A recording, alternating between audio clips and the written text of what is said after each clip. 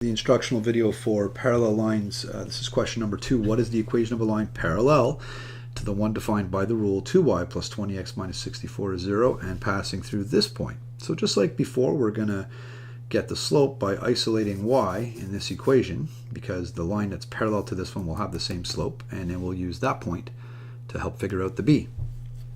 So we have to start off with that. 2y plus 20x minus 64 is 0.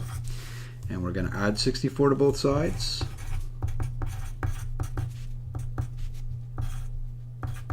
So plus 64 there, plus 64 there, they cancel out. That leaves me with that. And then I have to subtract 20x, not just x, sorry, not just 20, 20x from both sides. Remember, these numbers will not interact. They are not like terms. There's no x on that 64.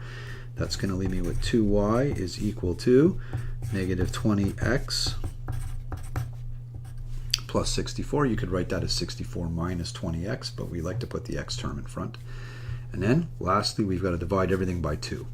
And when we do that, we get y is equal to negative 10x, because I divided that by 2, plus 32, because I divided that by 2.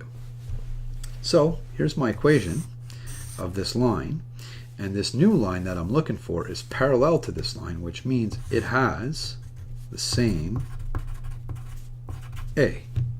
And I have the a now because I isolated the y. That was the whole reason I did that.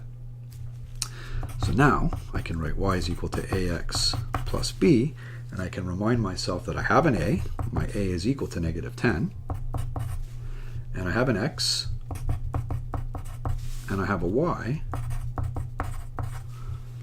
from the point that this new line travels through, this line that I'm looking for parallel to this line. So plug everything in.